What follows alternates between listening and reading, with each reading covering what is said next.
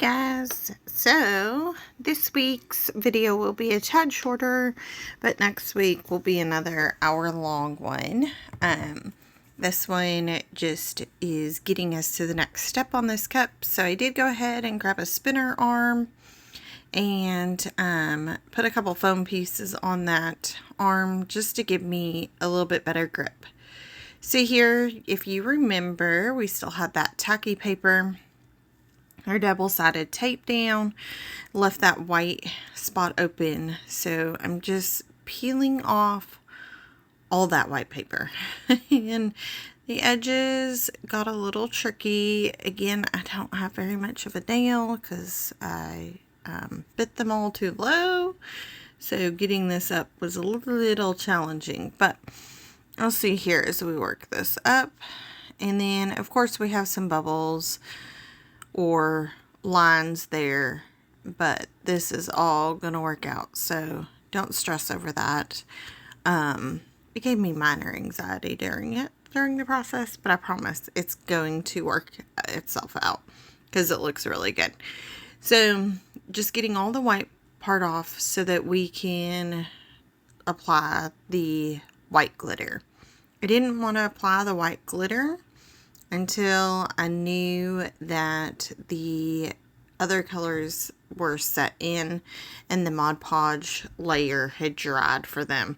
Just because I really wanted the white to get its shine and not have a lot of the blending. I wasn't concerned about the lines, of course, being perfectly straight, and I don't want the white lines to be perfectly straight, but I didn't want the purple or the blue or the pink glitter to get too far into where the white was and dim it, let it not get its space. So just cleaning up all these little pieces of the paper because needed them out of the workspace. I did put some wax paper down, and that way I can just easily clean up the glitter off my mat. Just is a lot better to have that wax paper down.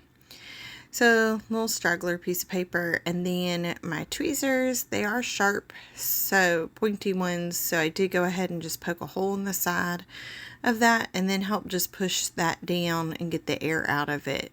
Just working that out as much as potentially possible. Obviously it's not going to be perfect, but again, this cup is not intended to be super crisp lines. It's supposed to be whimsical, fun, enjoyable. So just trying to get those as best as possible. These ones were massive, so poking a few different holes in just so that the air can get out as most as possible and get that to blend down for us. So poking multiple holes here, as you can see, and then working that air on out. So looks a whole lot better already. You can tell that that's laying flatter and not going to have such of a raised edging line there, basically. So not so bubbly, which is good. I didn't want it to be full of bubbles. So just again poking where I can see definitely air. Of course, when you have that double-sided tape fold over on itself, you're going to get a little bit of more of a 3D depth, and that was fine. I wasn't really worried about that side of things. Just mainly, let's get all the pockets of air out as best as possible, because we don't want to leave a pocket of air under. That could then cause the resin down the way bubble up in that area. You just don't want to have that. You want to have a good cohesive adhering of everything. So here's my cup. And just straightening out that wax paper basically for it. But I got my glitter. This glitter is so beautiful and pretty. And I'm putting my little tray underneath so that I can catch the glitter. That way I don't be wasteful. So just shaking this glitter. This is from Counterculture DIY. Said it before, they come in little baggies. I just don't like that. So I bought this container. You can get them from Counterculture DIY, or you can go ahead and get them from like Michael's. When Counterculture has a sale on them, I would get them from there. But when I needed a good set of them, I would just go to Michael's and use my buy one, get one 50% off, or use my coupon, so forth, get a deal. So just rubbing this glitter around and sticking it into the sticky part and really just getting it rubbed all the way in and a good layer rubbed in there. And then, and you just kind of look at it. It's hard to see in the video, but like I'm just looking for any gaps of coverage of the glitter and then just tapping that right on off. And then, of course, here's our base to this so that we can stand it up. You can't see the cup because it's out of the frame of the camera, but it is off to the side there. So here's my Mod Podge. You'll see this other little jar over here to the side on the right. That is an old candle holder, glass candle holder. I had all that Mod Podge in the last video extra that I didn't want to waste. So I was like, what can I do with it? So I just splattered some of the glitter onto it, and it came out really cute. It needs to get more sealed, but it's just a good way to use my Mod Podge up and also some of my glitter. So basically, this is a Mod Podge gloss. I do put a saran wrap piece underneath the lid that helps it seal. I tighten it up really good. Replace that saran wrap piece every so often. That bottle has been with me for lordy years, I would say. So definitely lasts forever. And it doesn't take much, especially as I found in the last video. I had way too much. But I'm just taking this little brush, and I wanted to make sure I made my lines a lot better.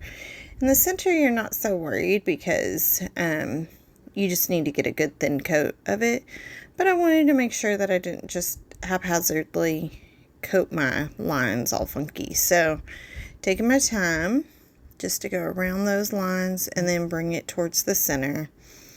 And basically just filling in everywhere. You want to get a good thin layer. Now, you do not want to have this too thick, but you also don't want it to be drying super fast on you. Now, Mod Podge isn't going to dry super fast as long as you don't have like a fan going in your space, which do not advise because you're working with glitter and you do not want to glitify your entire workspace by blowing it everywhere. So, and I didn't have one going, so it's not going to dry super fast, but you don't also have a ton of time to work, if that makes sense. And you don't want it super thick, because if it's super thick, you're going to need a lot more glitter, and it's going to just fill up really fast, and it can not dry very well. And then when it doesn't dry very well, it can be globby, and then you could potentially just have it start peeling, and you don't want to do that. So the whole point is we're trying to get the glitter to stay. So going around the edges, just cleaning that up as best as possible, making sure they're nice and set, and then fill in the centers. And where I have those creases that are showing, you know, I try to put a little bit more Mod Podge so that I can get a little bit more glitter in place, just to help make the appearance that it's all one level, I guess.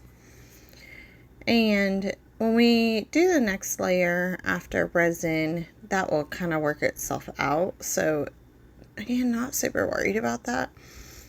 But I know right now it looks kind of ugly. So, but all these things, don't stress about those things. So putting the glitter on pretty thick here, just trying to get a nice good thick coat. Anything that's going to fall off is going to fall off. But I wanted to get as much glitter in place. Let the Mod Podge pull that glitter to the cup nice and thick, because I want that white just popping, which it looks really good. Tap the bottom so that all that excess glitter can come off. Now, from here, You could do a tap method if you needed to. If there were areas that needed more glitter or looked strange, you could definitely tap with your finger. Do not rub.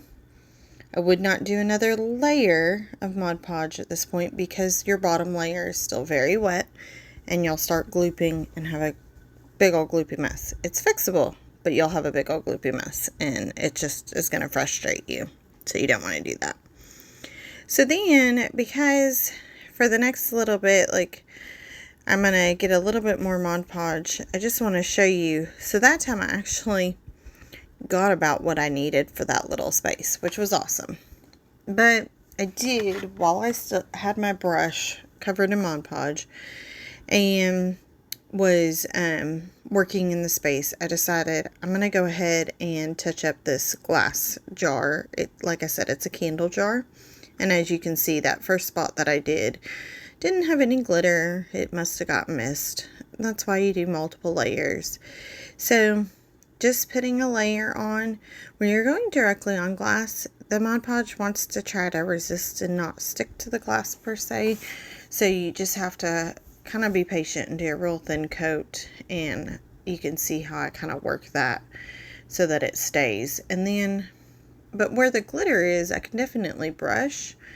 And the glitter is going to start absorbing it, is the best way I can describe it. Basically, the glitter is going to take in that moisture and pull it in. And then, of course, we put another layer on top. And then that will adhere to it. So, it's really good. So, just going all the way around. Again, I have plenty of time to work with this. As long as I don't just put this down and walk away, it's not going to dry out. Yes, if you put it down and you walked away for 5 or so minutes, then yeah, you wasted your time. But as long as you're still working it, it's good. And I was trying here to just not get super big brush lines and have a ton of lines in between. So I go back over a space that's already been done, just to kind of blend those lines a little more as the glitter has absorbed some of it. And just going around back and forth with the brush, just like you're painting. Nothing too special other than I was just working on trying to blend those lines a little. You'll see another spinner arm probably would be beneficial for this. I was already covered in glitter. Mod Podge is going to wash right off. So there's a spot on my thumb, like lower part of my thumb there, that, yeah, it's got a definitely shiny spot of glitter. It's Mod Podged on me. It's fine. So it came off. But blending those lines a little bit and working to get as much of the Mod Podge off of my brush as possible. It does help. Just kind of keep that smooth going. So just kind of blending here again, cover the whole thing so that I can get it all nice and covered. And then just making sure, like I said, that I'm getting it everywhere as best as possible. So, and then basically from here, you'll see we'll coat this.